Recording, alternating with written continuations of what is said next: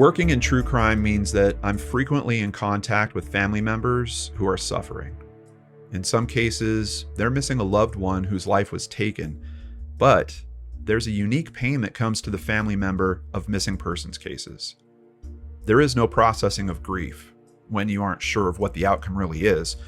It's a heartbreaking place that these people find themselves stuck in, and sometimes they need more help. That's the case today. The mother of missing person Graham Lacher, Tammy Lacher Scully, has reached out to me. She's worried that the attention is fading from her son's case. I covered it previously on my YouTube channel, but I promised her that we would give it another injection of attention and awareness, and I hope that you will help me with that. You'll see that this is a special young man who likely needs more support than he can find on the streets. My hope is that when you hear his story, you'll be moved to share it with others that you think can help, if that means they're close to where he went missing or just caring people that would help spread this awareness. I'm John Lordan, and this is the seriously mysterious disappearance of Graham Lacher. Graham Carlson Lacher was born to Tammy on August 3, 1984. He grew up primarily in Waldo County, Maine, where he attended Winterport schools and later Hampton Academy and the University of Maine's Hutchinson Center in Belfast. Graham is a unique and intelligent person who has an aptitude for learning languages and being a creative artist. He enjoys painting and writing poetry. Of course, like any of us, there were also challenges in Graham's youth, but again, his path would stray to the more unique. At the age of 7, he began to show signs of some form of mental illness. His first diagnosis would show that his challenges were complex. He had been diagnosed with ADHD, autism, and schizophrenia. At the age of 14, he was given a more comprehensive diagnosis of schizophrenia with autism/Asperger's syndrome. Graham was gentle and shy, but also somewhat afraid of people. It's not that he was confrontational in any way, but he would go out of his way to avoid people in general. Unfortunately, his schizophrenia occasionally caused him to hear voices, some of which urged him to leave his place of safety and set out on an adventure that had no true destination. When he turned 18, he realized that these voices could put him in some very scary situations. Even though he was an adult, he agreed to have the courts appoint his mother as his legal guardian. Despite the challenges, or maybe in some way because of them, Graham continued to blossom into being a brilliant young man. Along with the massive amount of books that he read, he was soon fluent in Spanish and also able to speak French. His drawings and paintings were becoming more elaborate as he became more comfortable with his surroundings. One of his poems is only one sentence, yet takes your mind to a visualized abstraction. It goes, "I did not dream of a white rose last night." Another of his poems speaks to his feelings for his mother, starting with the verse, "Motherly love, she taught me to be a good person." The first time Graham was hospitalized was when he was in his early 20s, but it would happen on several occasions. By 2017, he was 33 years old and was living in a group home in Norridgewock, a small town near the Sandy River in Maine. Graham was seemingly comfortable in the home with his collection of 800 books. Well, comfortable except for what he was dealing with internally. Graham still had to contend with the voices in his head and the requests that they were making of him. In November of 2021, they told him to leave the group home, and he obeyed. The 37-year-old was only gone for a few days, but when he was found, his mother Tammy, who is now married to a man named Jack Scully, found that Graham had been spending as much of his time to himself as possible. He had taken some money with him, and he would go to a fast food restaurant during the day. He would buy a meal, sit in the corner, and eat, sleep, and read a book until they closed. Then he would leave and walk around until dawn when the fast food restaurant reopened, and he would do the same cycle all over again. A silver alert was issued, and thankfully Graham was quickly found. When his family asked him why he left the home, he told them that he was unofficially summoned by the nether realm. In 2022, Graham was an inpatient at the Dorothea Dix Psychiatric Center in Bangor, Maine, receiving treatment from a trusted doctor. The city has a population of over 30,000 residents and a humid continental climate that blends cold, snowy winters with warm summers. Even though Graham seemed more stable after his previous disappearance, Tammy was still worried. Graham hadn't spoken a word to anyone since that November disappearance, and his journal entries said that he was still hearing voices and they were still urging him to flee. Thankfully, at the end of May, 6 months later, Graham finally started to talk again.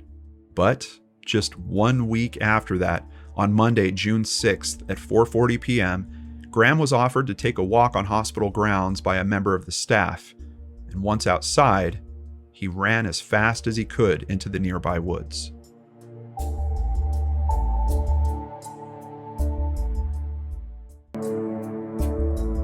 Graham Lacher had run away, but Graham's mother, Tammy, doesn't blame the hospital.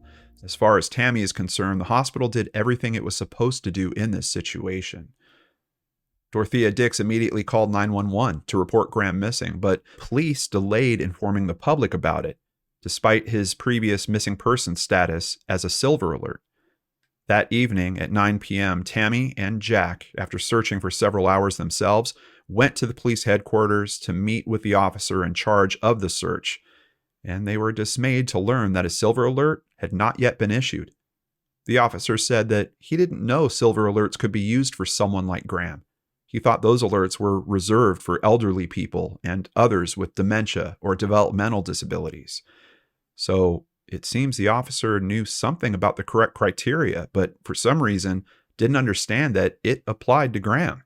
With help from the psychiatric hospital, the couple was finally able to convince the department to issue the silver alert, which, according to the Bangor Police Department, was sent to Maine State Police at 10:20 p.m.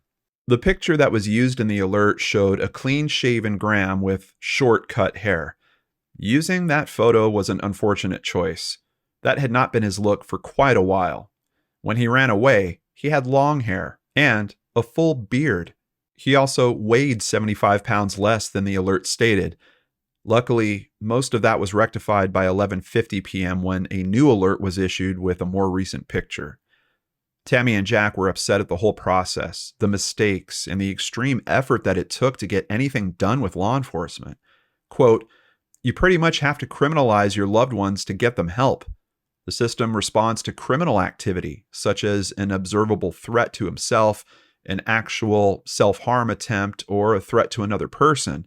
I feel it's a violation of my son's rights to withhold treatment until he's committed a crime or tried to kill himself. He should be able to receive services when he's in crisis for an illness that's not a life choice, but a condition he was born with." As time wore on, law enforcement, as well as DEME Search and Rescue, added to the searches. DEME stands for Down East Emergency Medicine Institute. They're a nonprofit organization, and their goal is to improve medevac techniques and search and rescue in the state of Maine and the New England region. Border Patrol also lent a much-needed hand in the search by providing a helicopter search team, but not until several days after Graham had disappeared. The Bangor's Police Department K-9 unit tracked Graham's scent to Eastern Maine Community College, but then they lost it there. The college is just a 22-minute walk from Dorothea Dix's State Street address. Of course, with the delay in response time, Graham had not only plenty of time to get there, he also had plenty of time to continue on. The next reliable sighting occurred around 6 p.m. when a CCTV camera recorded him crossing the driveway at the Husson Research Building, which is located on community college property. There were several other unconfirmed sightings. One was on Sylvan Road, which runs parallel to the Dorothea Dix and Husson locations. At 3:50 a.m. on Tuesday the 7th, motorists called in, seeing a man walking down Highway 95. They were unable to fully confirm this sighting, and unfortunately, that was the last sighting that could have potentially been Graham for quite a while. DEME Search and Rescue continued to help the Bangor police in their search efforts. At one point, the Essex Woods, located a few miles from the community college, were searched extensively. This seemed like a smart search attempt, knowing that Graham would have wanted to avoid people as much as possible. Time was running out, and his parents were more than worried. When he disappeared, Graham had nothing with him. He had no money, no ID, no coat, no food, no water, and no cell phone. He wouldn't be able to care for himself like he did previously in his runaway instance, spending time in a local fast food restaurant to eat and stay warm. Tammy needed to find her son before fall, and the winter months brought on new challenges in terms of both searches and survival. There was another potential sighting in July. A state trooper said that he thought he saw Graham, but he was unable to catch him. This seems like another solid possibility considering that Graham would likely run away from others. Eventually, the local police called off their search efforts, but Graham's family has continued to look for him. Nothing outside of his return can comfort them. They considered different places he might seek out, and they looked there, like public libraries and Books A Million, both places that were spots that Graham had loved, but unfortunately, those searches turned up no signs of him. One DME volunteer named Robert Kearns said, "I really think he's on the outskirts of where he could get food and water. He's not trying to run away. He's not trying to harm himself. He's just trying to be independent."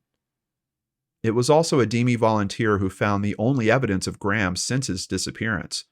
On the Missing Graham Lacher Facebook page, Tammy stated that in August of 2022, DME volunteer Brandy St. Louis found Graham's orange hat on the ground and just inside of a tree line at the corner of Jupiter and Dartmouth streets. This spot is less than 2 miles from the Dorothea Dix Psychiatric Center. It was verified to be Graham's hat, as his mother had actually written his name on the inside of it. The big question is, when did it wind up there? Was it from his original escape, or has he been coming back around the same vicinity? His family continues doing everything that they can think of, including taking a unique approach in the search. At the top of some of his missing posters, there's an image of one of his paintings. They've also left special items at some of these posters that Graham might be attracted to. A Ziploc bag is attached to each stake that the poster is fastened to, and in that bag is a small notebook and a pen. His family also included small messages to Graham on the posters. Quote, "I'm hoping that he'll notice that we're asking him to please come home, that he's not in trouble." The family has crisscrossed the sprawling state of Maine, checking and rechecking dozens of homeless encampments and shelters.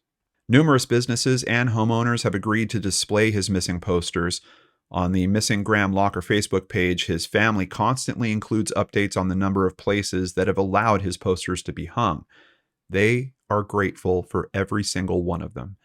The family has also checked out leads that come in directly to them through the Facebook page's over 7,000 followers. It seems that now Graham's family and a few special friends are the only ones really looking for him. Brandy had reached out after reading Tammy's early appeals for help on Facebook and became a tireless ally, combing the woods around Bangor and scrutinizing passerbys on the city's sidewalks as she worked for DoorDash as a delivery driver. "I tend to be empathetic to mental health concerns," said Brandy. "The community is full of people like Graham, and a lot of them are just left by the wayside."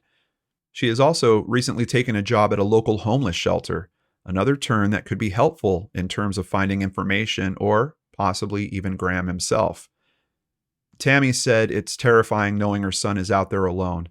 She doesn't believe that he would end his own life. In fact, she believes the voices are giving him commands that he believes are vital to his well-being. A few days before he ran, he wrote in his journal that they were telling him to go when the timing was wisest. Graham clearly believes that he's avoiding danger by listening to these voices. Graham is 5'11" tall and weighs 190 pounds. He has long brown hair and a beard. His eyes are blue and he wears glasses. Graham tends to avoid people. He was in good physical condition when he ran away. He doesn't use or abuse any substances, no cigarettes or alcohol use. His mother says he's disciplined, even obsessed about diet and exercise. She believes he's capable of hiding out and watching, taking note of how to get food and water and quickly grabbing them while no one's looking. He was last seen wearing gray Carhartt pants and an orange knit hat, the same hat that has been found. If you know more about Graham Lacher's whereabouts, please call the Bangor Police Department at 207-947-7382. If you see Graham, please call 911. Try to discreetly get a picture, and above all else, keep him in your view until emergency services arrive, but do your best to not be noticed by him. His mother assures everyone that he is nonviolent, but if he notices that he's being followed or watched, he'll likely run away again. If calling 911 does not result in a timely response, Tammy asks that you message her on the Facebook page Missing Graham Lacher so that she and Jack can follow up on that sighting. A $10,000 reward is being offered by his family for information leading to a successful reunion with Graham. And I truly hope that moment comes, and that it comes soon for Tammy and her family. Do you have any insights or even a case you'd like to suggest? Feel free to send it to me. You'll find a comment form and case submission link at lordanarts.com, or you can follow and message me on X at lordanarts. Thank you, penbaypilot.com, wabi.tv, maine.gov, the New York Times, foxbangor.com, centralmaine.com, the Bangor Daily News, q1065.fm, News Center Maine, umaine.edu, WERU, and Wikipedia for information contributing to today's episode. This episode was written by Christy Arnhart, edited by John Lordan, and is produced by Lordan Arts. I'd also like to give Tammy Lacher Scully a special thank you for doing a fact-check pass on this. And Tammy, please know that there's a lot of us out here waiting with you, and we can't wait for the moment that you can tell us you have found Graham and he's at home safe.